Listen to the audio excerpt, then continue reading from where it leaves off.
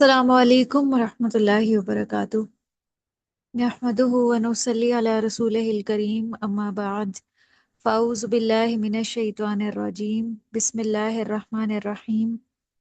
رب اشرح لی صدری ویسر لی امری واحلل عقدۃ من لسانی یفقہوا قولی، رب زدنی علما، اللہم فقہنا فی الدین۔ جی کیسی ہیں آپ؟ بالکل بھی بالکل آج ہم نے کون سا پارہ شروع کرنا ہے؟ چوتھا پارہ۔ الحمدللہ۔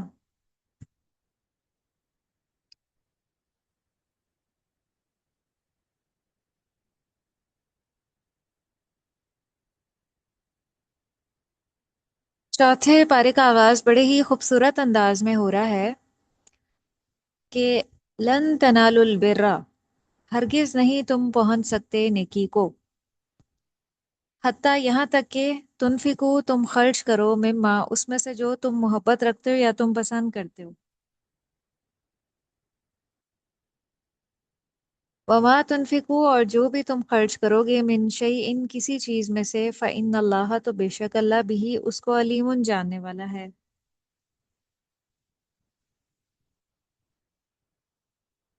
تو اس سے پہلے جو ہے نا وہ اہل کتاب کے مختلف حالات کا ذکر ہوا، ان پہ تبصرہ تھا، خاص طور پہ یہود کے بارے میں تبصرہ تھا پہلے،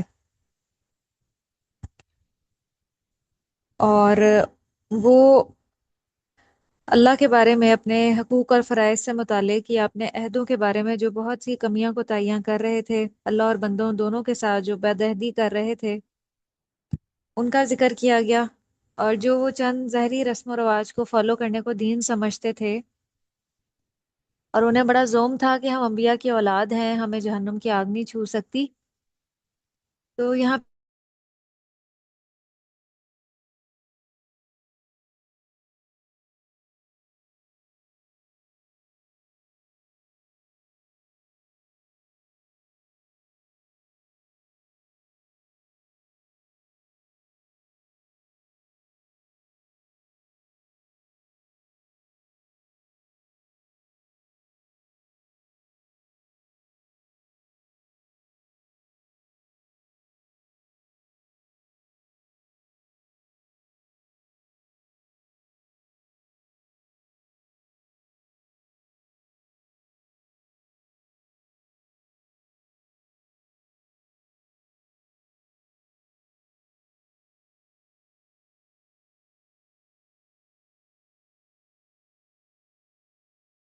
میرا ڈسکنیکٹ ہو گیا تھا۔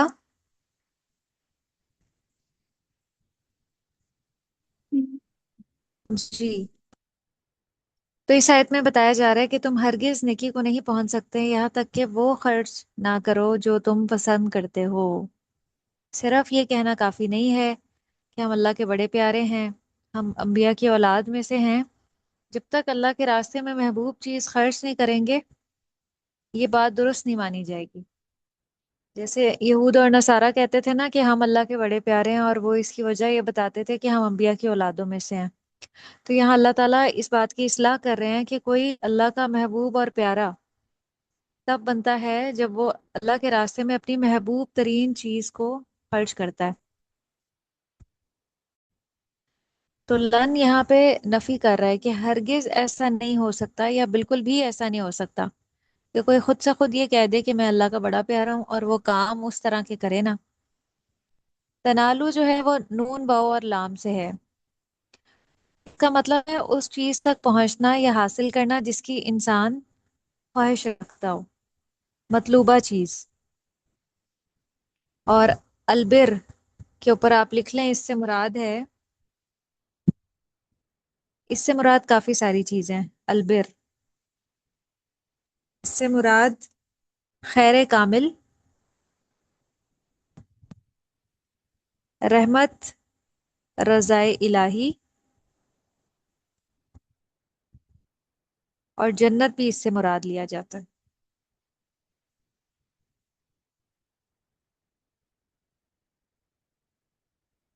آج نا انٹرنیٹ کا تھوڑا سا ایشو ہے، صبح سے ہی ہے، تو اس لیے بار بار ڈسکنیکٹ ہو رہا ہے.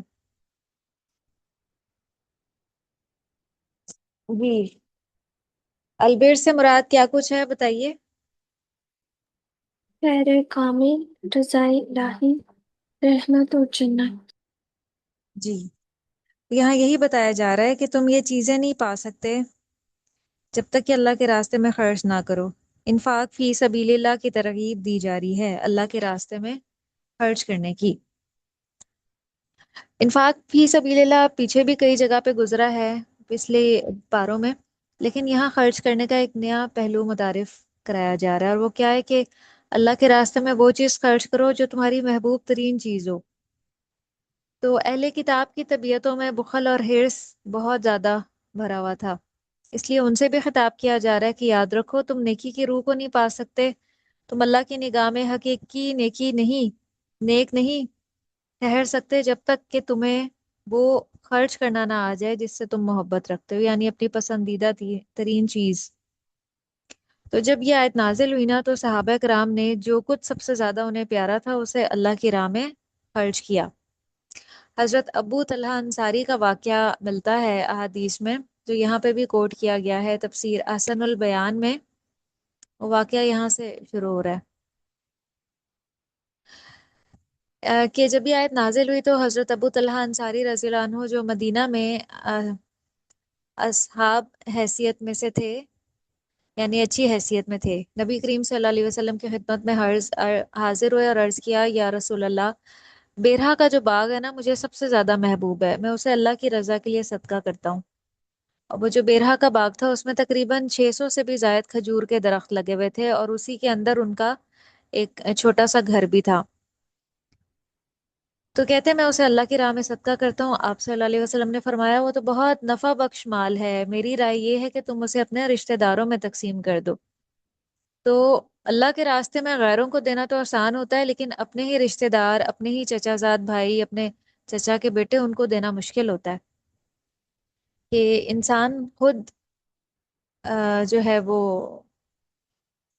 کیا ہے نیچے آ جائے، اور جو رشتہ دار ہیں وہ اوپر چلے جائیں، یہ اس سے بھی زیادہ بڑی نفس پہ ایک مشقت ہوتی ہے. تو انہوں نے وہ باغ اپنے اقارب اور چچا زاد میں تقسیم کر دیا. یہ مسند احمد کی روایت ہے. اسی طرح اور بھی بہت سے صحابہ کرام نے اپنی پسندیدہ چیزیں اللہ کی راہ میں خرچ کی. تو ساری کی ساری پسندیدہ چیزیں خرچ کرنے کا حکم نہیں دیا گیا، بلکہ اس میں سے کوئی ایک جو سب سے زیادہ پسندیدہ ہو. تو یہاں پہ یہ بتایا جا رہا ہے کہ وہ چیز صدقہ کرنی چاہیے جو اچھی چیز ہو، جو ہمیں بھی پیاری ہو، جو ہمیں بھی مطلوب ہو. تو حضرت ابو طلحہ انصاری جو ہے نا، انہوں نے نبی صلی اللہ علیہ وسلم سے یہ بھی کہا کہ اللہ تعالیٰ مجھے میرے اس باغ کے بدلے بہتر بھلائی عطا فرمائیں گے، اور اس باغ کو اپنے پاس ذخیرہ کر لیں گے بھلائی کی صورت میں. تو نبی کریم صلی اللہ علیہ وسلم کو بذریعہ وہی یہ بتایا گیا کہ اللہ تعالیٰ نے ان کی یہ نیکی اس طرح قبول کی ہے کہ جنت میں ان کے لیے بالکل اسی طرح کا، جس طرح کا دنیا میں ان کا باغ تھا اس سے بھی بہتر باغ اللہ تعالیٰ نے بنا دیا ہے، اور اس میں بھی اتنے ہی کھجور کے درخت ہیں جتنے ان کے اصل باغ میں تھے. تو دیکھیں دنیا کا باغ تو ہو سکتا ہے وہ ایک دن چھوڑ کے چلے جاتے، لیکن جو ہمیشگی کی جنت ہے وہاں پہ جو چیزیں ملنے والی ہیں نا وہ کبھی اینڈ نہیں ہوں گی. اس آیت کو سن کے عبداللہ بن عمر فرماتے ہیں کہ مجھے جو ہے نا وہ ایک کنیز بہت محبوب تھی، میں نے اس کو آزاد کر دیا. اور حضرت عمر فاروق رضی اللہ عنہ حاضر ہوئے، انہوں نے عرض کیا کہ مجھے اپنے تمام مال میں سے خیبر کی زمین سب سے زیادہ پیاری ہے، بہت ہی زرخیز زمین تھی. وہ کہنے لگے میں اسے اللہ کی راہ میں دینا چاہتا ہوں. تو نبی صلی اللہ علیہ وسلم نے فرمایا کہ اسے وقف کر دو. وقف کرنے کا مطلب یہ ہوتا ہے کہ اس کی اصل روک لو، یعنی اصل جو ہے وہ اسی ریلیونٹ پرسن کے نام رہے گی، لیکن اس سے جو مال وصول ہو رہا ہے نا، یعنی پھل وغیرہ، وہ صدقہ کر دیا کرو، اس کی پیداوار صدقہ کر دیا کرو. یہ مراد ہے وقف کرنے سے. پھر حضرت زید بن حارثہ نبی کریم صلی اللہ علیہ وسلم کی خدمت میں حاضر ہوئے جب انہوں نے یہ آیت سنی، اور وہ کہنے لگے کہ اپنے مال میں سے مجھے اپنا ایک گھوڑا بہت زیادہ پسند ہے، وہ اسے ہی لے کر آ گئے کہ آپ اس کو فی سبیل اللہ جو ہے نا وہ اپنے کام میں لگا لیں۔ تو آپ نے انہی کے بیٹے اسامہ بن زید کو اس پہ سوار کر دیا۔ تو اس بات کو حضرت زید نے تھوڑا سا محسوس کیا کہ شاید نبی کریم صلی اللہ علیہ وسلم نے ان کا صدقہ قبول نہیں کیا، لیکن نبی صلی اللہ علیہ وسلم نے قبول کر کے ان کے ہی بیٹے کو اس پہ سوار کر دیا، ان کی نیکی بھی قبول ہو گئی اور وہ گھوڑا واپس انہی کے گھر میں آ گیا۔ تو صحابہ کرام جو ہے نا وہ بڑے ہی عملی مسلمان تھے، وہ قرآن سنتے تھے اور عمل کرتے تھے، اور ہم سنتے ہیں اور صرف خوش ہوتے ہیں، صرف اچھے نمبرز لے کے خوش ہو جاتے ہیں، سرٹیفکیٹ لے کے خوش ہو جاتے ہیں، اس سے آگے کچھ نہیں کرتے، پھر سب بھول بھلا دیتے ہیں۔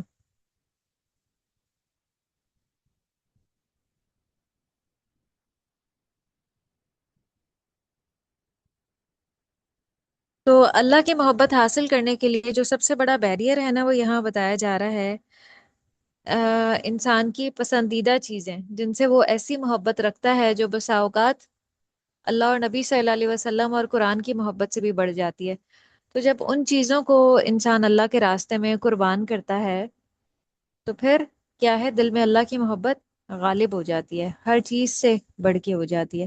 قرآن میں ایک جگہ ہے کہ والذین آمنوا اشد حبا للہ، وہ لوگ جو ایمان لائے ہیں وہ اللہ کی محبت میں سب سے زیادہ شدید ہوتے ہیں، جن کے دل میں اللہ کی محبت پانے کی تڑپ ہوتی ہے، وہ البر پانا چاہتے ہیں۔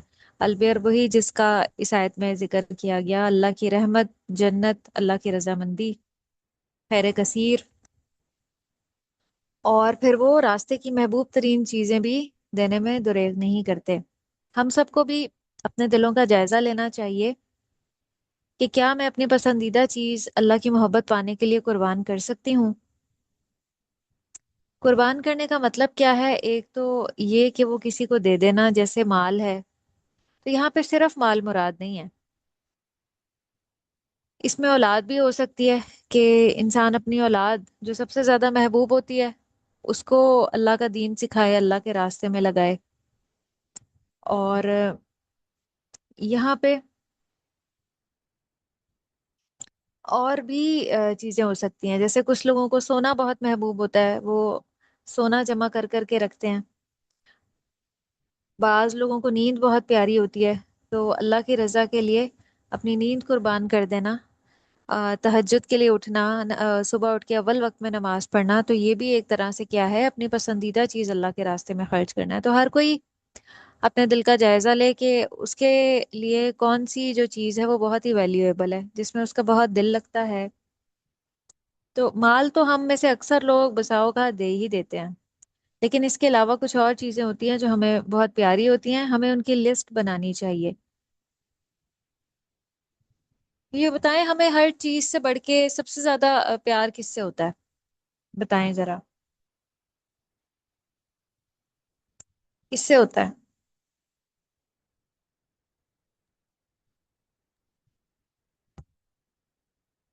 جو جی، چیز ہمیں بہت اچھی لگتی ہے۔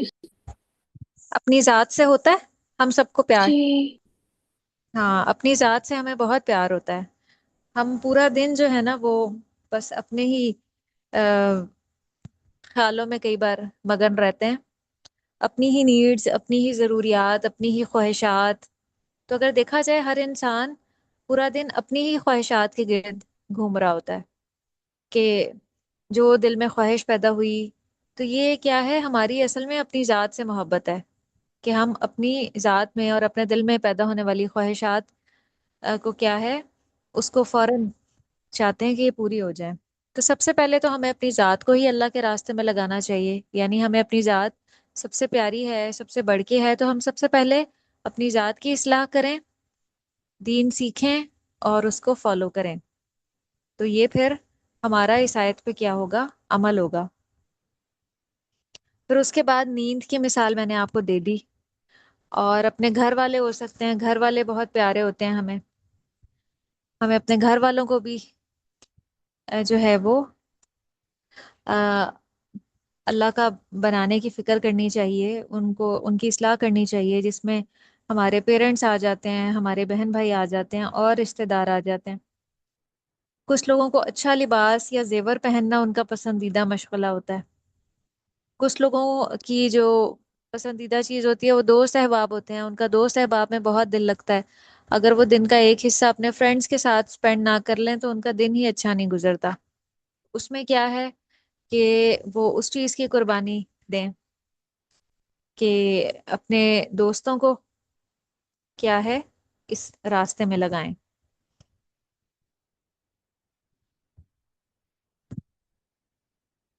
تو جب ہمیں اپنی ذات سے محبت ہوتی ہے اور ہم یہ سوچ کے اپنی اصلاح شروع کرتے ہیں کہ میں نے اپنی ذات کو اللہ کے راستے میں لگانا ہے، اللہ کا دین سیکھنا ہے اللہ کی محبت پانے کے لیے، تو پھر اس راستے میں چلتے ہوئے کئی طرح کی مشکلات بھی آتی ہیں جو پھر ناگوار گزرتی ہیں۔ کئی بار لوگوں کی طرف سے ستایا جاتا ہے، تو ان سارے رویوں کو خوشی خوشی برداشت کرنا کہ یہ سب بھی اللہ کے راستے میں ہی مجھے چیزیں فیس کرنی پڑی ہیں، اگر میں اس راستے پہ نہ ہوتی تو یہ سب بھی نہ ہوتا۔ تو اللہ سے عافیت طلب کرتے ہوئے چلتے رہنا چاہیے۔ نبی صلی اللہ علیہ وسلم نے ہمیں عافیت کی دعا سکھائی ہے، اور میں نے آپ کو وَإِيَّاكَ نَسْتَعِينُ میں یہ پڑھائی بھی تھی۔ اللہم انی اسألک العافیۃ فی الدنیا والآخرہ، اللہم انی اسألک العفو والعافیۃ فی دینی و دنیای و اہلی و مالی۔ یاد آئی آپ کو عافیت کی دعا؟ یاد آئی؟ ہوں، آج کل آپ صبح شام کے اذکار پڑھی ہیں یا نہیں پڑھی؟ وَإِيَّاكَ نَسْتَعِينُ بک سے وہ آپ نے ضرور پڑھنے ہیں۔ وہ جو ہے نا ایک بندہ مومن کے لیے ایک بہت ہی مضبوط قلعہ ہے اللہ کی پروٹیکشن کا۔ اگر ہم صبح شام کے اذکار پڑھیں گے، حفاظت کی دعائیں پڑھیں گے، تو ہم اللہ کی پروٹیکشن میں رہیں گے، ورنہ وہ جو حصار ہے نا وہ پروٹیکشن وہ کمزور ہو جائے گی۔ تو ہم اپنی ذات جو ہے نا بہت سنبھال کے رکھتے ہیں، کس طرح ہماری صحت خراب نہ ہو جائے، اور اس کے لیے اپنے آپ کو بہت اسٹرکٹ رولز کے ساتھ ہم فالو کرواتے ہیں۔ تو جو ہے کل میں نے آپ کو کچھ سرچ کرنے کے لیے دیا تھا، آپ نے اس کے بارے میں سرچ کیا، دو تین چیزیں جی تھیں، کیا آپ نے آ، آپ کو پتا چلا نیند کے بارے میں؟ نیند کا پسندیدہ وقت کون سا ہے، رات کو ہمارے سیلز کیسے ریکور کرتے ہیں، اور ہمیں کس وقت سونا چاہیے؟ آپ نے اس میں سے کیا سرچ کیا؟ یہ سونے کا بہترین وقت جو ہے وہ رات کو ہے، یعنی رات 10 بجے سے صبح 6 بجے تک، ہوں اور ہمیں اور 7 to 8 hours کی نیند چاہیے ہوتی ہے۔ ہیلدی رہنے کے لیے۔ جی اور رات کو ہمارے سیلز کیسے ریکور کرتے ہیں؟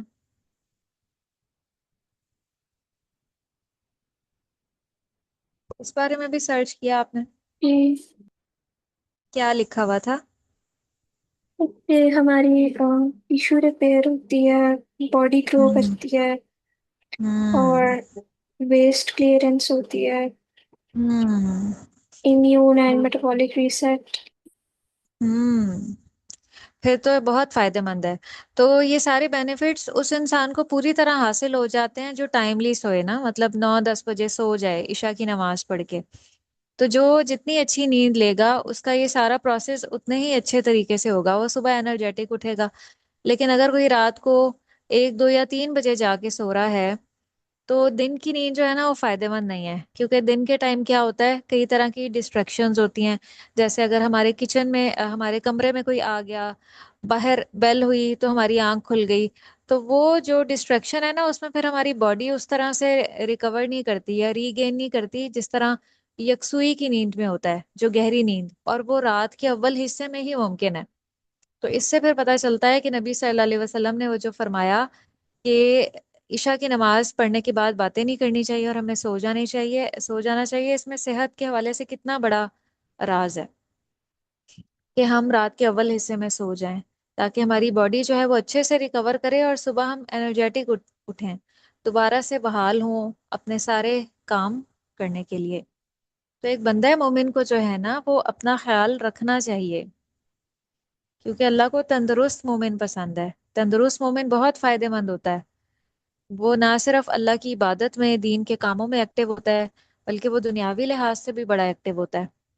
تو اللہ کو وہ بندہ مومن پسند ہے تو صحت کے لحاظ سے تندرست ہو، اور صحت میں ہمیں اچھی صحت بنانے کے لیے سنتوں کو فالو کرنا چاہیے۔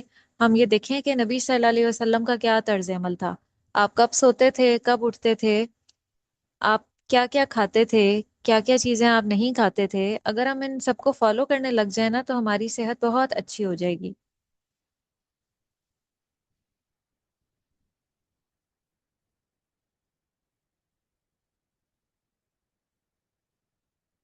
پھر اسی طرح کچھ لوگوں کو گھروں کو بنانا، سجانا، ان کو ڈیکوریٹ کرنا ان کی پسندیدہ ہابی ہوتی ہے۔ تو اس لیے جس کی جو بھی پسندیدہ چیز ہے وہ اس کو اللہ کے راستے میں لگائے، اس میں سے ٹائم نکالے کہ وہ اللہ کا دین سیکھے۔ کیونکہ گھر کوئی جتنا بھی اچھا بنا لے، اپنی پسند کا بھی بنا لے، اگر کوئی انسان اپنی پسند سے ایک خوبصورت سا گھر بناتا ہے جس کو آپ ڈریم ہوم کہہ لیں، کہ اس کا ڈریم تھا ایسا گھر ہو اور اس نے بالکل ویسا بنایا، اس گھر میں جتنی اسیسریز تھیں، فرنیچر تھا، ہر چیز بالکل ویسا تھا، تو کیا جتنے شوق سے بنایا ہوتا ہے تو آفٹر 10 to 15 ایئرس اس گھر سے بالکل ویسی ہی اٹریکشن محسوس ہوتی ہے جس طرح فرسٹ ڈے محسوس ہو رہی ہوتی ہے؟ بتائیں۔ نہیں، نہیں، اس طرح نہیں ہو رہی ہوتی۔ کچھ سالوں کے بعد وہ چیزیں کیا ہے، پرانی لگنا شروع ہو جاتی ہیں، اور ایسے ایسے لگتا ہے کہ پھر وہ عام سی ہی لگتی ہیں۔ تو یہ انسانی فطرت ہے کہ جو چیز اسے مل جاتی ہے نا، کچھ عرصے کے بعد، کچھ سالوں کے بعد وہ چیزیں بہت عام سی نظر آ رہی ہوتی ہیں۔ تو ایسا ہر انسان کے ساتھ ہوتا ہے۔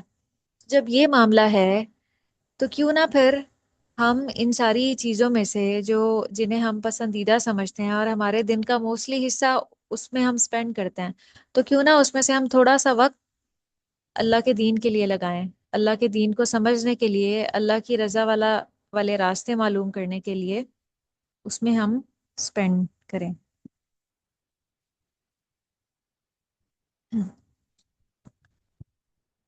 اور ایک بات اور ہم نے سیکھی تھی پیچھے، کہ جب بھی ہم نے کوئی چیز اللہ کے راستے میں دینی ہے تو جس کو بھی دینی ہے بعد میں احسان نہیں جتانا اس پہ، چاہے ہم مال دیں یا کسی کو ہم کوئی اور چیز دیں، کبھی بھی کسی پہ احسان نہیں جتانا۔ احسان جتانا اللہ کو بالکل بھی پسند نہیں ہے۔ تو کئی بار ہم کام کر بھی لیتے ہیں اور پھر جتاتے بھی رہتے ہیں۔ خوشی خوشی دینا ہے اور اللہ کا شکر ادا کرنا ہے کہ اللہ نے توفیق دی۔ یہ بھی ہو سکتا تھا کہ ہم اپنا سارا وقت، اپنی ساری جوانی، صلاحیتیں، مال، طاقتیں کسی اور کام میں لگا رہے ہوتے، اور اس کا نتیجہ پتہ نہیں دنیا میں بھی نکلتا یا نہ نکلتا۔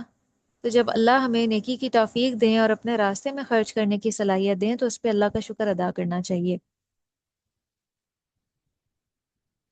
پھر آیت کا اینڈ ہے فَإِنَّ اللَّهَ بِهِ علیم، جو چیز بھی ہم خرچ کریں گے اللہ تعالیٰ اس کو جاننے والے ہیں۔ تو اس آیت پہ ہم کس طرح سے عمل کر سکتے ہیں کہ جس چیز کی طرف بھی ہمیں اٹریکشن معلوم ہو، جس چیز کی طرف ہم مائل ہونے لگیں، یا جو چیز بھی آپ کے اور اللہ کے راستے میں حائل ہونے لگے تو اس کو کٹ ڈاؤن کریں۔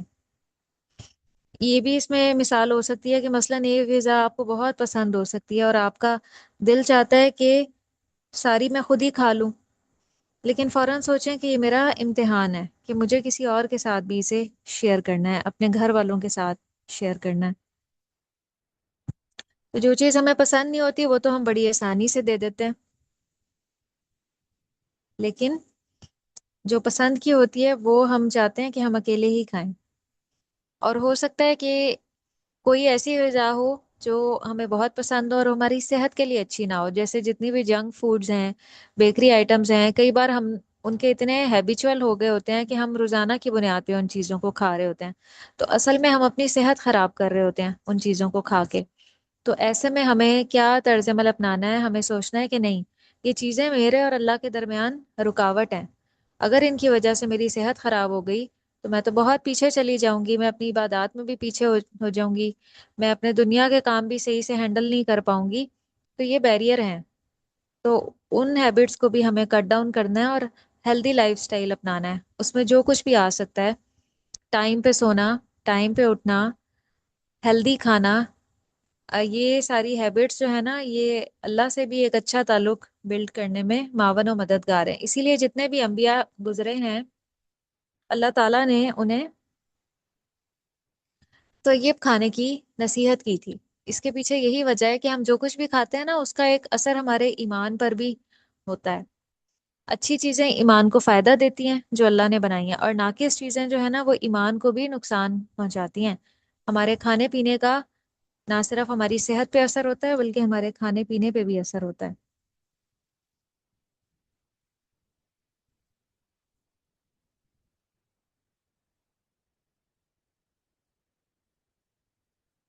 تو یہاں پہ جو تنال البرہ کا ورڈ ہے نا، کہ اس میں اور بھی کچھ چیزیں آ سکتی ہیں. ہمیں اپنی ذات سے محبت ہے نا، تو اپنی ذات میں ہم نے دیکھنا ہے کہ کون کون سی نیگیٹو چیزیں ہیں، نیگیٹو ہیبٹس ہیں، ان کو بھی کیا ہے قربان کرنا ہے. سب سے بڑی جو ہمارے اندر ایک خراب چیز ہوتی ہے نا، ہماری انا ہوتی ہے. کہ ہم کہتے ہیں کہ بس ہم ہی ٹھیک ہیں، جو بات میں نے کر دی ہے نا وہ حتمی ہے، وہ اینڈ ہے، وہی درست ہے، باقی ساری باتیں ریجیکٹڈ ہیں. تو ہم نے اپنی انا کو سب سے پہلے قربان کرنا ہے. اپنی غلطی جو ہے اس کو مان جانا ہے، اس کو تسلیم کر لینا ہے، عاجزی اختیار کرنی ہے، شوق اور محبت کے ساتھ نیکی کرنی ہے، پسندیدہ چیز اللہ کے راستے میں دینی ہے. یہی اسپرٹ آف اسلام ہے جو اللہ تعالیٰ ہمارے اندر پیدا کرنا چاہتے ہیں، جو کسی بھی انسان کو حقیقی مسلمان بناتے ہیں. مومن کا جو دل ہے نا، وہ بخل سے، ہرس سے، حسد سے، بغض سے اور نفرتوں سے پاک ہوتا ہے. اللہ تعالیٰ ہمیں ایسا ہی بنانا چاہ رہے ہیں. جب کسی کے دل میں دنیا کی محبت بہت زیادہ آ جاتی ہے نا، پھر کیا ہے، انسانوں کی نفرتیں بھی دل میں آنے لگتی ہیں. یہ اس کا ایک سائیڈ افیکٹ ہوتا ہے. اور پھر کئی طرح کے جھگڑے رونما ہوتے ہیں ان نفرتوں کی وجہ سے. تو اللہ سبحانہ و تعالی یہ چیزیں ہمارے دل سے نکالنا چاہتے ہیں.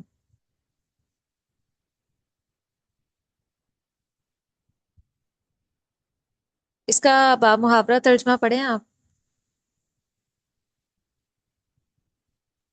جب تم اپنی پسندیدہ چیز سے اللہ تعالیٰ کی راہ میں خرچ نہ کرو گے، ہرگز بھلائی نہ پاؤ گے، اور تم جو خرچ کرو اسے اللہ بخوبی جانتا ہے. جی، شاباش.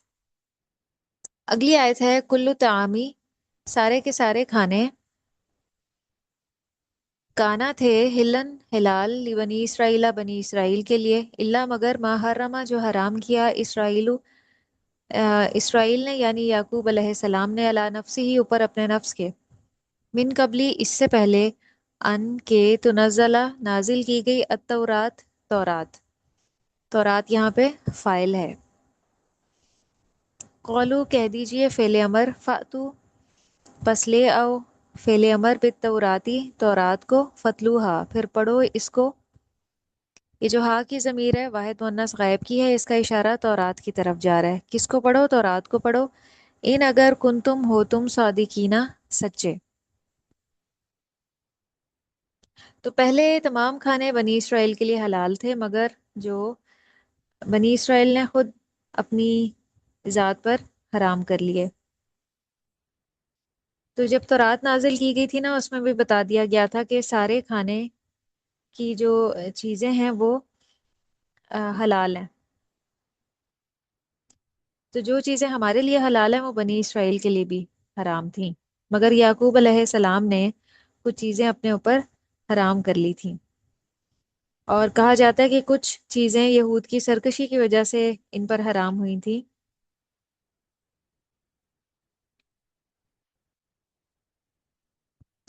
اب آیت نمبر 93 سے 96 میں ان کے کچھ اعتراضات کا جواب دیا جا رہا ہے. یہود کے اعتراضات کا جواب.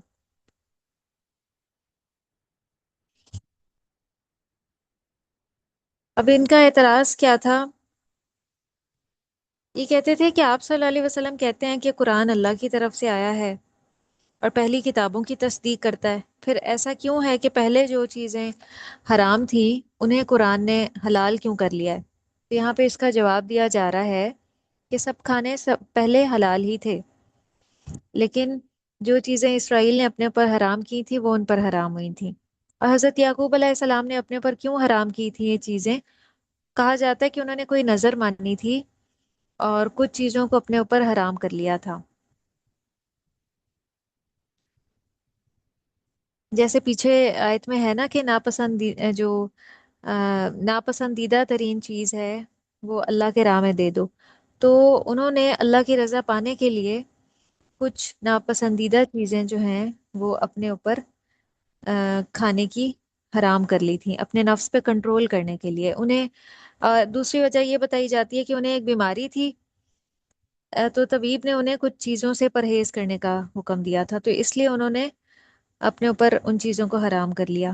تو جو ان کی اولاد تھی یعنی آل یعقوب بنی اسرائیل، انہوں نے بھی ان چیزوں کو اپنے اوپر حرام کر لیا، کیونکہ آپ کو پتہ ہے کہ ایک نبی جو ہوتا ہے نا، ان کے جو فالوورز ہوتے ہیں وہ ایک ایک چیز میں نبی کو فالو کرتے ہیں، نبی کی سنت کو فالو کرتے ہیں۔ تو اللہ فرما رہے ہیں کہ تورات لے کر آؤ اور پڑھو کہ کہاں پہ لکھا ہے کہ حضرت یعقوب علیہ السلام نے جو چیزیں حرام کی تھی وہ تورات میں بھی لکھی ہیں کہ وہ حرام ہے، تورات لا کے پڑھو۔ تو حضرت ابراہیم علیہ السلام کے زمانے تک یہ چیزیں حرام نہیں تھیں، لیکن حضرت یعقوب علیہ السلام کے جو فالوورز ہیں جنہیں بنی اسرائیل کہا جاتا ہے، انہوں نے یہ چیزیں خود سے اپنے اوپر حرام کر لی تھیں۔ اس کا بامحاورہ ترجمہ پڑھیں آپ۔ تو رات کے نزول سے پہلے حضرت یعقوب علیہ السلام نے جس چیز کو اپنے اوپر حرام کر لیا تھا اس کے سوا تمام کھانے بنی اسرائیل پر حلال تھے۔ آپ کہہ دیجئے کہ اگر تم سچے ہو تو تورات لے آؤ اور پڑھ کر سناؤ۔ جی، شاباش۔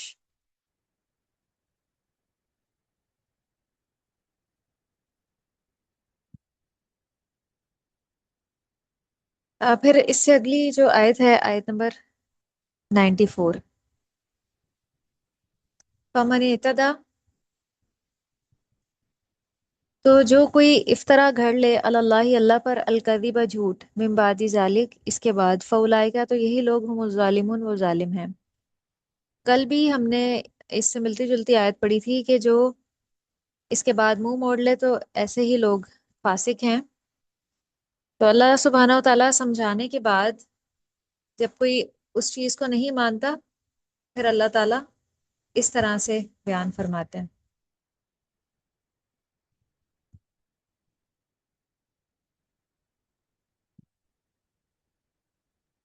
اللہ پر جھوٹ گھڑنا کیا ہے؟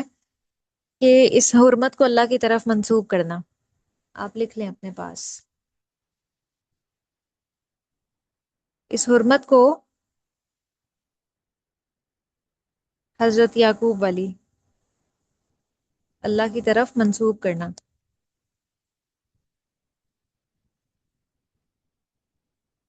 یہ مراد ہے، حالانکہ اللہ تعالیٰ نے ایسا نہیں کیا تھا۔ چلیں اس آیت میں سے میں آپ سے دو تین سوال پوچھتی ہوں، یہ بتائیں کہ البر کسے کہتے ہیں؟ آیت نمبر 92۔ خیر کامل، رضائے الہی، رحمت اور جنت۔ ہاں، اس آیت میں ایمان والوں کو کیا احکامات دیے جا رہے ہیں؟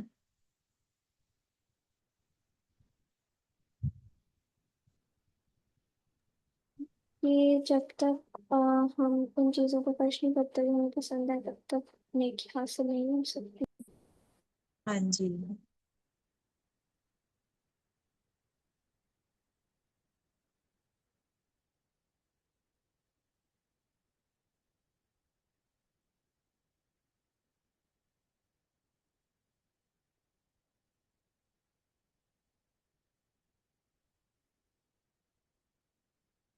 بالکل۔